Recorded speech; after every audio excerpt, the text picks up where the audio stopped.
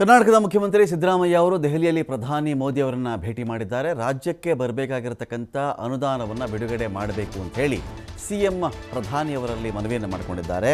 ನೋಡಿ, ರಾಜ್ಯಕ್ಕೆ ನಬಾರ್ಡ್ ಕೃಷಿ ಸಾಲದಲ್ಲಿ 58% ಖೋತ ಆಗಿದೆ, ಕಡಿತ ಮಾಡಿಬಿಟ್ಟಿದ್ದಾರೆ. ಹೋದ ಸಲಕ್ಕೆ ಹೋಲಿಸ್ಕೊಂಡ್ರೆ 58% ಕೃಷಿ ಸಾಲ ನಬಾರ್ಡಿಂದ ಬರಬೇಕಾಗಿತ್ತಲ್ಲ, ಅದು ಬಂದಿಲ್ಲ, ಕಟ್ ಮಾಡಿಬಿಟ್ಟಿದ್ದಾರೆ.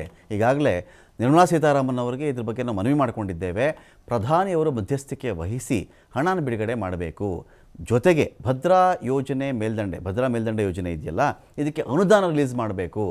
ದೇಶದ GDPಗೆ ಬೆಂಗಳೂರಿಂದ ಹೆಚ್ಚು ಕೊಡುಗೆ ಇದೆ. ಮೂಲಭೂತ ಸೌಕರ್ಯಗಳನ್ನು ಇಲ್ಲಿ ಅಭಿವೃದ್ಧಿ ಮಾಡಲೇಬೇಕಾಗತ್ತೆ. ನಾವು ಇದಕ್ಕೆ ನಮ್ಗೆ ಅನುದಾನ ಬೇಕೇ ಬೇಕು. ಬರೀ ದೇಶಕ್ಕೆ ನಾವು ಬರೀ ಟ್ಯಾಕ್ಸನ್ನು ಕಟ್ತಾ ಇರೋದಲ್ಲ, ಇಲ್ಲಿ ಸೌಕರ್ಯಗಳು ಅಭಿವೃದ್ಧಿ ಮಾಡಬೇಕು ಅಂದರೆ ನಮಗೆ ಹಣ ಬೇಕಲ್ಲ, ಅನುದಾನ ಕೊಡಿ ನೀವು. ಮೇಕೆದಾಟು ಕಳಸಾ ಬಂಡೂರು ಯೋಜನೆಯ ಕ್ಲಿಯರೆನ್ಸ್ ಆಗಬೇಕು ನಮ್ಗೆ ಅದಕ್ಕೆ ಅಂತ ಕೂಡ ಮನವಿಯನ್ನು ಮಾಡಿದ್ದಾರೆ.